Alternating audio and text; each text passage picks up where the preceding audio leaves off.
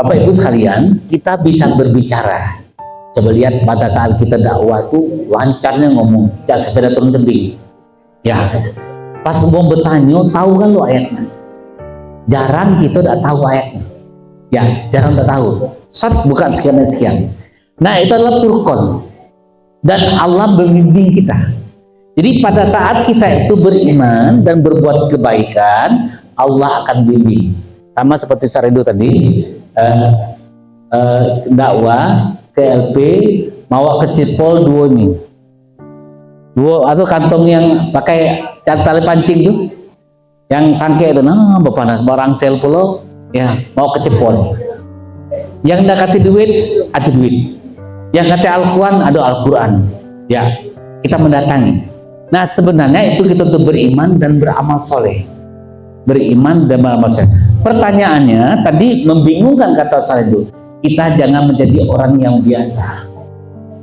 Kalau orang ustad, dakwah, nyual fotokopi, jual buku itu biasa. Jual fotokopi sekian, tidak usah. Itu biasa. Yang luar biasa, kita fotokopikan. Ustadz kan tidak, ada kan ustadz fotokopi 10 lembar diminta sekian ribu. Sebenarnya jemaahnya beli terpaksa, nah dibagikan, dalam suruh beli. Ya. Nah, yang kita luar biasa dikasihkan saja. Pertanyaannya, kalau saya kasih fotokopi, nanti fotokopi butuh biaya, yakin saja Allah akan kasih, yakin saja. Nah, dengan kita berlaku yang berbuat baik, banyak kebaikan yang kita lakukan, maka di situ Allah akan membimbing kita. Allah akan membimbing kita. Kemarin kami berbicara dengan di rutan nih, kita bicara tentang tukang ojek, orang kami berdakwah di ojek, berdakwah di Henry, dia kaget. Karena apa? Pada saat kita tidak ada kerjaan jam 9, ada tukang ojek lagi nganggur, bawakan nasi bungkus, bawakan duit. Zaman dulu kan 10.000, 20.000 sewang, jangan narik dulu, dengari aku nak ngomong. Ya. Jadi orang seperti itu kita ajak berceramah, dia tidak mau. Kami ada duit Pak. Nah ini nasi bungkus, aku belikan. Ini duit jatah ngojek. Dengar aku ngomong setengah jam.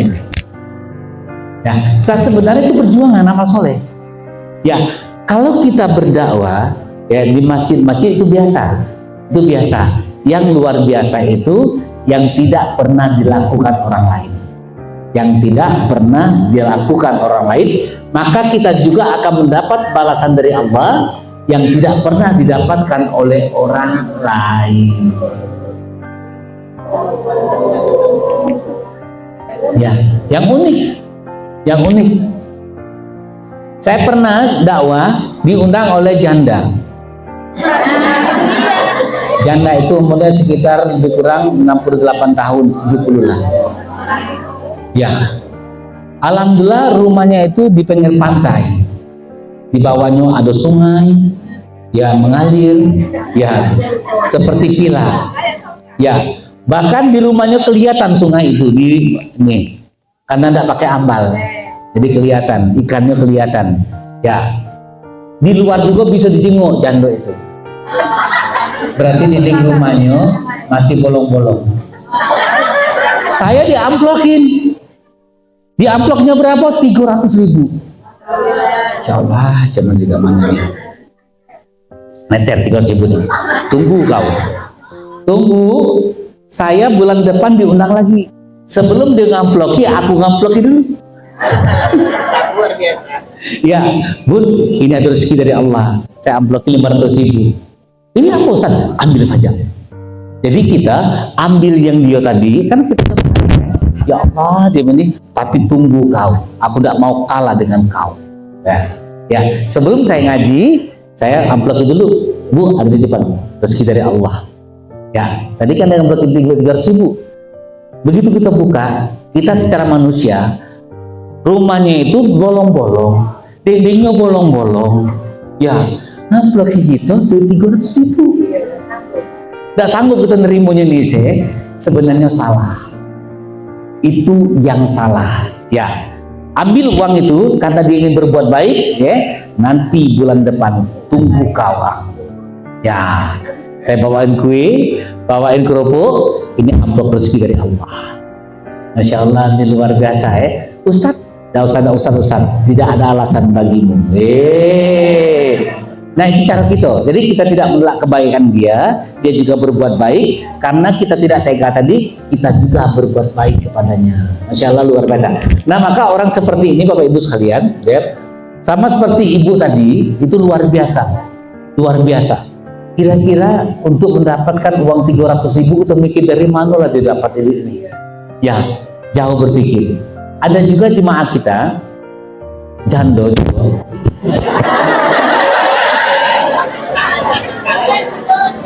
Mari jando, kau masih gadis.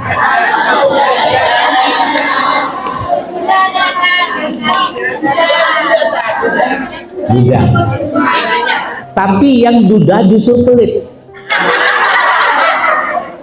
Ya, karena dia nggak nunjuk pacarnya.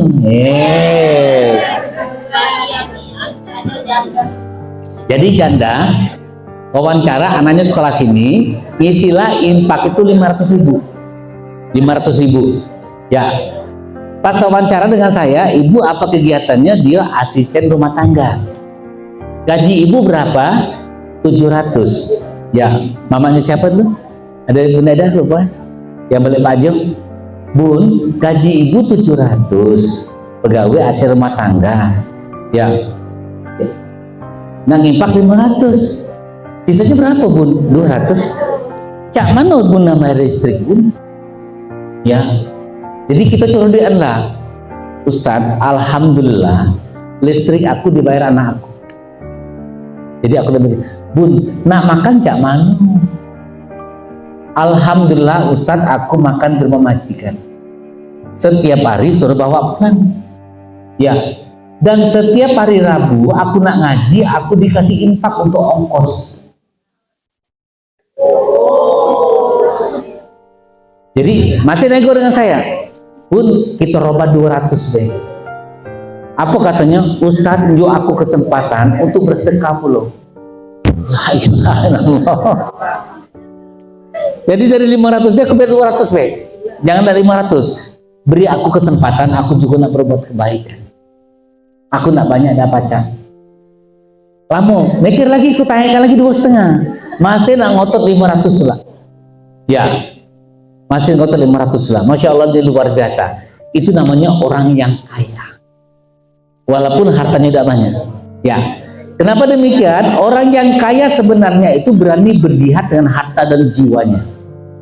Berani berjihad dengan harta dan jiwanya. Tapi ada lagi orang yang kaya mengaku miskin, berarti dia akan memiskinkan dirinya. Dia akan memiskinkan dirinya. Ya. Kemarin kami mau dakwah di setempat, ditanya, Ustadz, pasaran Ustadz berapa? Jiku 2 triliun. Dan terbayar kamu dengan aku, 2 triliun. Ya, amalannya pasaran. Tapi kalau nak ngaji sini, berikan aku sempat berbuat baik, tidak usah pikirkan saya. Ya, kalau nak pasaran 2 triliun katanya. Ya, kosil berkening. Ya. Nah, Bunda, kita kembali bahwasanya Allah katakan Allah memberikan ya kepada orang-orang yang berbuat kebajikan itu, yaitu dia akan merasa kaya dirinya. Siapa orang berkaya itu? Kaya iman. Jadi harta itu bukan ditarget ya. Kaya iman, kaya hati, dan kaya harta. Orang yang kaya iman sebenarnya seperti apa? Kita buka surah 49 ayat 15. Kaya iman. 49:15.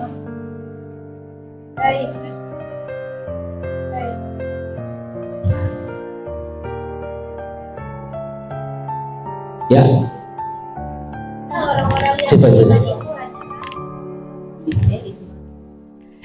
Sesungguhnya orang-orang yang beriman itu hanyalah orang-orang yang percaya atau beriman kepada Allah dan Rasul-Nya.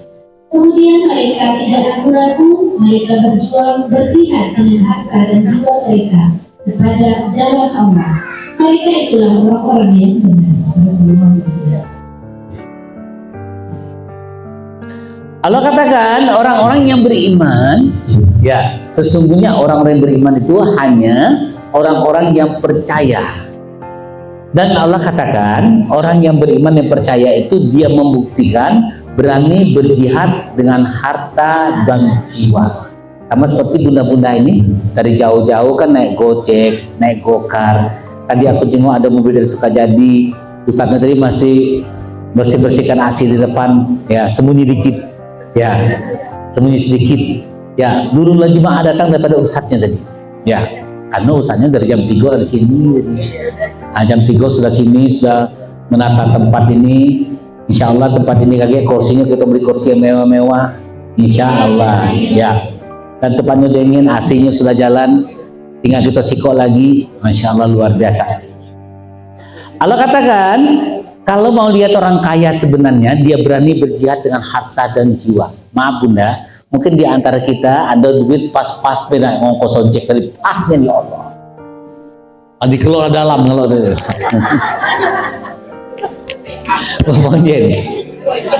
Kalau di sini dikit, yang banyak itu di sini.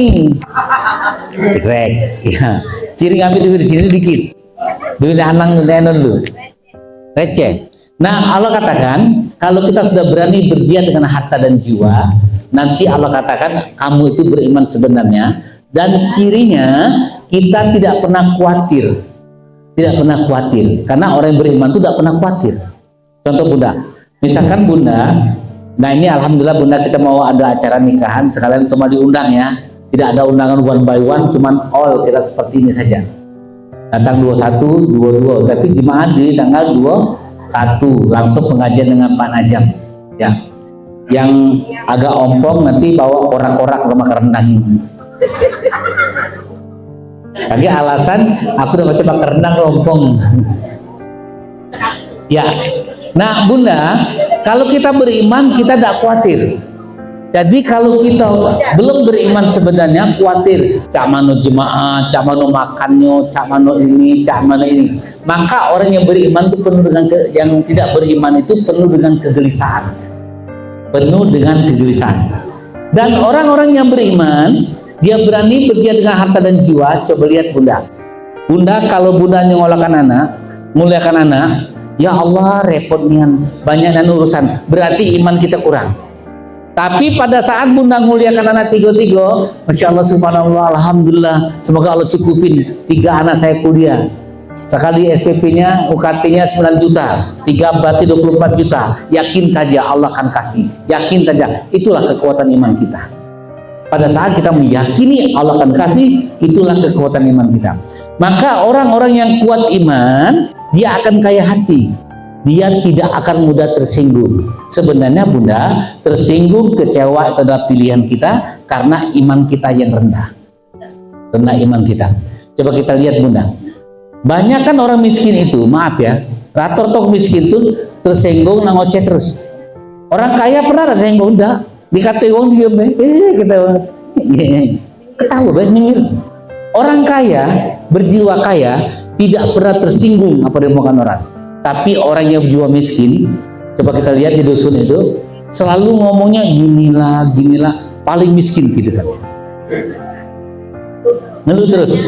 Ya, bunda-bunda tolong cek di keluarganya sendiri, kakak, adik, ayu, yang mana ya nak ngoceh terus, yang ngeluh terus, yang kecewa terus, yang sakit terus, itulah yang termiskin. Baik imannya, maupun hatinya, maupun hartanya. Maka orang seperti ini, orang yang ngeluh terus ini, biasanya orang yang iri dengki, miskin hati. Ya, orang yang mudah tersinggung itu termasuk orang yang iri hati. Coba kita buka An-Nisa 32. An-Nisa 32. Allah katakan, jangan kamu iri hati terhadap yang diberikan Allah. Maka Allah contohkan di sini laki-laki dan perempuan. Maka laki-laki itu akan punya kelebihan sendiri. Jadi kalau orang belajar tentang gender, karena bahwasanya ada ekofeminim gender, dia akan menyamakan laki-laki dan perempuan. Boleh menyamakannya di segi apa?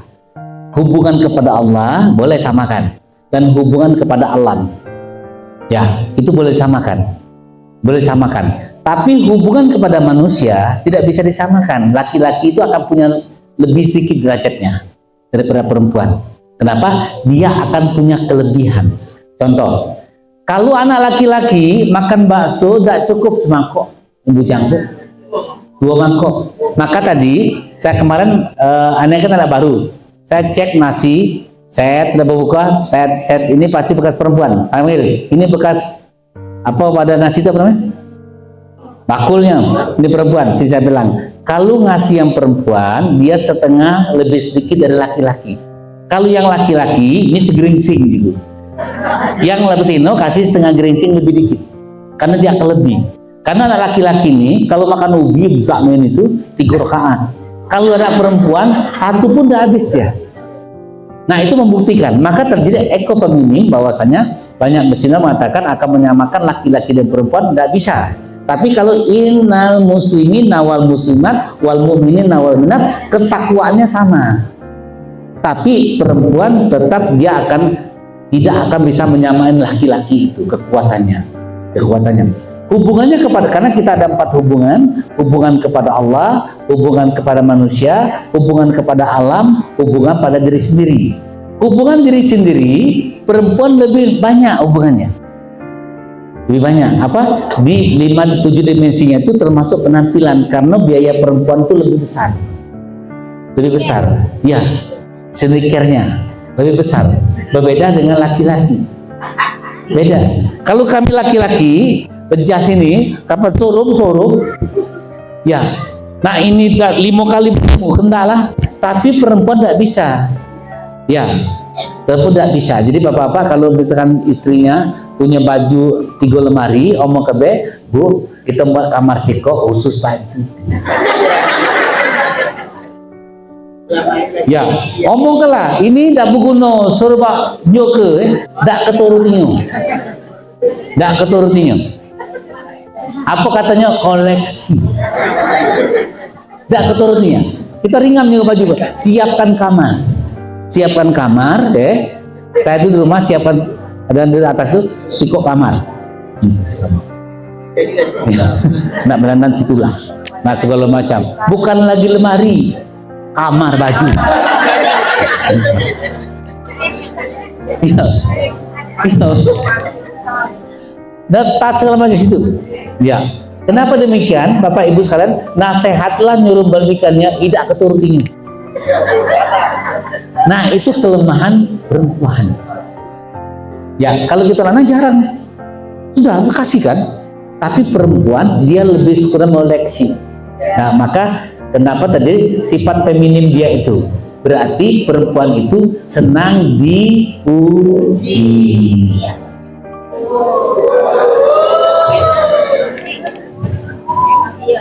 Iya. Siapa yang mengujinya? Kata Serda tadi? Suaminya. Siapa lagi? Anaknya. Maka anak perempuan jangan dipatahkan semangatnya. Ya. Anak perempuan, bunda-bunda, kalau bisa usahakan jangan diminta duit, kita tawarin duit dulu. Nah duit tak? Nah tawarin dulu. Baik Bapak Ibu sekalian, mau iklan deh. Masya Allah luar biasa. Nanti kita lanjutkan lagi. Masya Allah berkah. Semoga berkah. Semoga Allah SWT memudahkan sponsor kita. Tapi jangan lupa tanggal 21 jam 1.30 kita kajian dengan Ustaz Najamuri Siddiq